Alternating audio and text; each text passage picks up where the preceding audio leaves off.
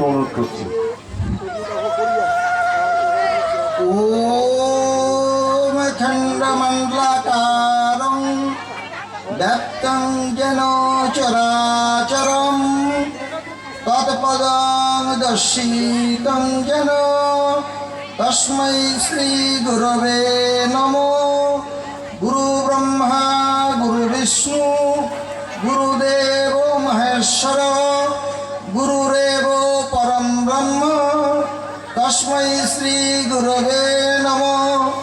অজ্ঞানং তিমিরন্ধস্য জ্ঞানঞ্জন শলাকয়া চক্ষুরুন্মীলিतं যেন তস্मै শ্রী গুরবে নমঃ। নারায়ণং নমস্কৃত নরশ্চৈব নরোত্তমং দেবীং সরস্বতী ব্যাসং ততো জয়মুদীরয়েৎ। গো ব্রহ্মণ্য হিতায় চ জগদীতায় শ্রীকৃষ্ণায় গোবিন্দায় নমো নমঃ। হে কৃষ্ণ করুণা সিন্ধু দীনবন্ধু জগৎপতে গোপেশ গোপিকাকান্ত রাধাকান্ত নমস্তুতে। সৃষ্টি স্থিতি বিনাশনং শক্তিভূতে সনাতনী গুণস্ত্রয়ে গুণময়ে নারায়ণী নমস্তুতে। সর্বমঙ্গল মঙ্গলে শিবে সর্বাত্ম সাধিকে শরণ্যত্রম্বিকে গৌরী নারায়ণী নমস্তুতে। হরে কৃষ্ণ কৃষ্ণ কৃষ্ণ হরে হরে হরে রাম রাম রাম হরে হরে। রাধা কৃষ্ণ প্রীতি। অধ্যকার এই সনাতন ধর্মের শ্রদ্ধেয় সভাপতি এবং বিশেষ অতিথি প্রধান অতিথি ও প্রধান আলোচক এবং বিশেষ আলোচকবৃন্দ এবং দূর দূরান্ত থেকে এখানে উপস্থিত ভক্তবৃন্দ এবং আমার শ্রদ্ধেয় ব্রাহ্মণ মণ্ডলী এবং আমার সামনে উপস্থিত রয়েছেন আমার মাতৃমণ্ডলী এবং ছোট কচিকাচা শিশু ভাই বোন, শ্রেণী বিশেষে আমার আন্তরিক শ্রদ্ধা নমস্কার প্রণাম এবং স্নেহাশিস বর্ষিত করলাম। আজকের যে অধ্যকার যে আমাদের এই সনাতন ধর্ম, এই সনাতন শব্দের বহু ব্যাখ্যা এর আগে দুইজনের মুখে শুনেছেন। যাই হোক, আমি অল্প কিছু বলবো। আপনারা সবাই আমাকে জানেন এবং চেনেন। আমি অত্র এলাকারই একজন ব্রাহ্মণ পরিবারের সন্তান। বিশেষ করে আমার পরিচয় আর কাউকে দিতে হবে না। তবে সর্বপ্রথম যে কথাটি, আপনারা এতক্ষণ পর্যন্ত অনেক বেদ পুরাণ সংগীতা উপনিষদ থেকে যে শ্লোক এবং কথাগুলো শুনলেন, সেই আলোকে আমি দুটি কথা বলবো। আমার সময় খুব কম, আমি অল্প সময়ের ভিতরে শেষ করতে হবে। কেননা যিনি প্রধান আলোচক এখানে উপস্থিত রয়েছেন, আমারও শ্রদ্ধাভাজন ব্যক্তি, এবং মঞ্চে যে এখনই যিনি এসে উপস্থিত হলেন উনি আমার স্নেহভাজন ব্যক্তি, এবং ওনাদের আলোচনা শোনার জন্য আপনারা এতক্ষণ বসে রয়েছেন। তবে আমি কয়েকটি কথা বলবো। যে বহু কথা শুনলেন, সৌজ অসৌজ, একাদশী দ্বাদশী ত্রয়োদশী চতুর্দশী। একটা কথা মনে রাখবেন, এইখান মাসের নাম কি? বৈশাখ মাস। বৈশাখ মাস। আচ্ছা মায়েরা বাবারা কয়জন ব্রত আছেন হাত তুলেন তো।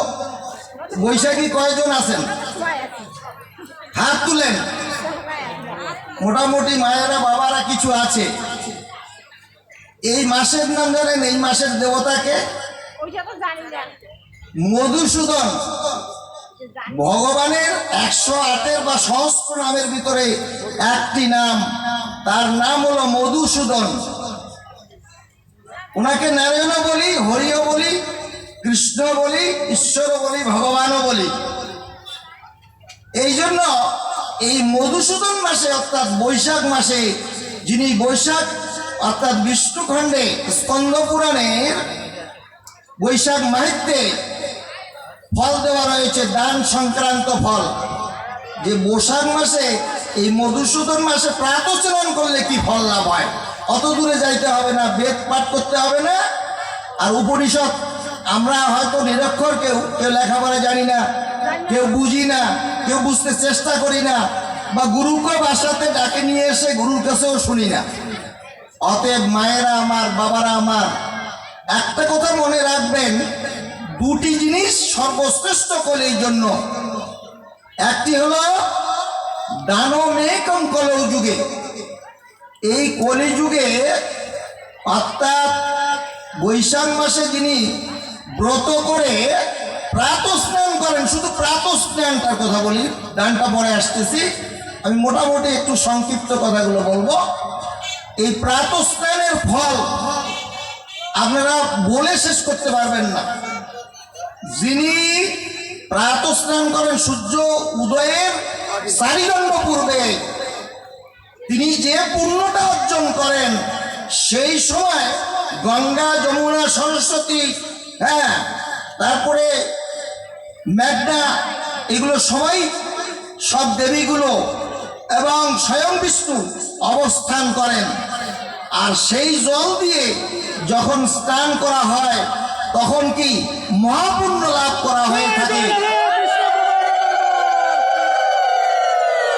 এই প্রাতঃস্নান, প্রাতকালে বিষ্ণু পূজা বা হরি পূজা বা গোবিন্দ পূজা, যে যেভাবে প্রবন্তে তাঙ্গস্তব্য ভজা মাহাম, যে যেভাবেই করেন না কেন, আপনি হন শাক্ত, হন বৈষ্ণব, হন গণপত্য, হন সৌর, হন শৈব, আপনি যে মতেরই হোক না কেন, ঠাকুর রামকৃষ্ণ বলছেন যত মত তত পথ, যে যথাবং প্রবন্তে তাং স্তৈব ভজা মাহাম, যে যেভাবেই ভজনা করুন না কেন, ভজনা আপনাকে করতে হবে।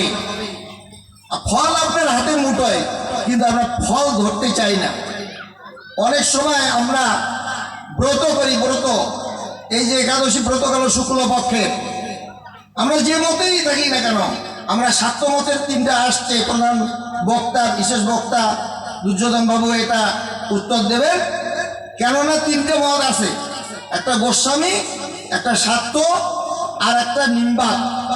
এই 3টা মত 3 সম্প্রদায়ের জন্য, সবার জন্য প্রযোজ্য নয়। ওনারা বিশদভাবে ব্যাখ্যা করবেন, ওইদিকে আমি যাচ্ছি না। তবে এই বৈশাখ মাসে যিনি হবিষান্ন করেন, তুলসী তলায় যিনি ঝোড়া দেন, প্রতি ঝোড়ার টোপে অর্থাৎ সেই জলের ধারাতে সিক্ত হন তুলসী দেবী। আর এই তুলসী দেবী সিক্ত হওয়াতে এক একটি ফোটায় পূর্ণতা অর্জন হয়। রাধা কৃষ্ণ বৈশাখ মাসে যিনি গুরুকে দান করেন, অর্থাৎ গুরুকে বাড়িতে নিয়ে এসে যিনি দ্বাদশ দান করেন, এই দানের ভিতরে গুরুকেও দেওয়া যায়, কোনো কি অতিথি বৈষ্ণব ব্যক্তিকে, এবং কোনো অর্থাৎ গুরুজনীয় ব্যক্তিকে যিনি দান করবেন, সেখানে দানের কথা বলা হয়েছে, কিন্তু এক ফার্স্ট দান করা হয়েছে, ওখানে প্রমাণ দিয়েছে যে ব্রাহ্মণকে দান করতে হয়। এই ব্রাহ্মণকে যদি গুরুকে আনতে না পারেন, ব্রাহ্মণকে আনেন, ব্রাহ্মণকে না আনেন, পূজনীয় ব্যক্তিকে যিনি দান করেন বা অতিথিকে দান করেন, তিনি মহাভাগ্যবান। প্রথম দান কি? প্রথম দান হলো জল দান, এই জলের মতো, জলের অপর নাম হলো বিষ্ণু। দ্বিতীয়ত দান হলো অন্ন, এই অন্ন ছাড়া জীব বাঁচতে পারে না, স্বয়ং লক্ষ্মী ছাড়া কেউ বাঁচতে পারে না। এই জন্য অন্নদান আর জলদান সর্বশ্রেষ্ঠ। আর কি দান করতে হয় আপনারা জানলে অবাক হবেন, এইগুলো তো তথ্য আপনারা জানেনই না। বৈশাখী করেন, দান করেন না, ব্রাধা। বৈশাখী করেন, প্রাতঃস্নান করেন না, ব্রাধা। বৈশাখী করেন, একাদশী করেন না, ব্রাধা। এই জন্য বৈশাখ মাসে দান মে কঙ্কল যুগে একমাত্র দানে শ্রেষ্ঠ, দানে শ্রেষ্ঠ, দানে শ্রেষ্ঠ। শুধু বৈশাখী নয়, আপনি প্রতিদিন দান করতে পারেন। আবার কার্তিক মাসে দান করতে পারেন, আপনার কি অগ্রহায়ণ মাসে দান করতে পারেন। ভগবান বলছেন স্বয়ং শ্রীকৃষ্ণ মাস মধ্যে অগ্রহায়ণম, অর্থাৎ আমি মাস মধ্যে অগ্রহায়ণ শ্রেষ্ঠ। কেন করছেন শ্রেষ্ঠ? এখানে শ্রেষ্ঠ করার উদ্দেশ্য হলো লক্ষ্মী আমাদের গৃহে আসে। লক্ষ্মী ছাড়া নারায়ণ থাকতে পারে না। এই জন্য যেখানে লক্ষ্মী সেখানে নারায়ণ, আর যেখানে নারায়ণ সেখানে লক্ষ্মী। দুইয়ে এক, একে দুই। এখানে বলা হয়েছে একম এবা দ্বিতীয়াম। ভগবান বলছে যে আমি এক ছাড়া দ্বিতীয়ত নেই। আবার এখানে বলছে বিষ্ণু পুরাণে, বিষ্ণু মায়াতীন জগৎ, আমার বিষ্ণু কি মায়াতে এই জগৎ পরিচালিত হয়। এই জন্য উনি কখনো কালী, কখনো দুর্গা, কখনো রাম, কখনো কৃষ্ণ, কখনো শিব, কখনো ব্রহ্মা। এই জন্য একম এবা দ্বিতীয়াম, আমি এক এবং আমি আবার দ্বিতীয়। এই জন্য আমার অবতার ভাগবতে বলছে অবতার অসংখ্যা, আমার অবতার অসংখ্য। বুঝতে হবে, ভজনা করতে হবে, নাম কীর্তন করতে হবে, দানব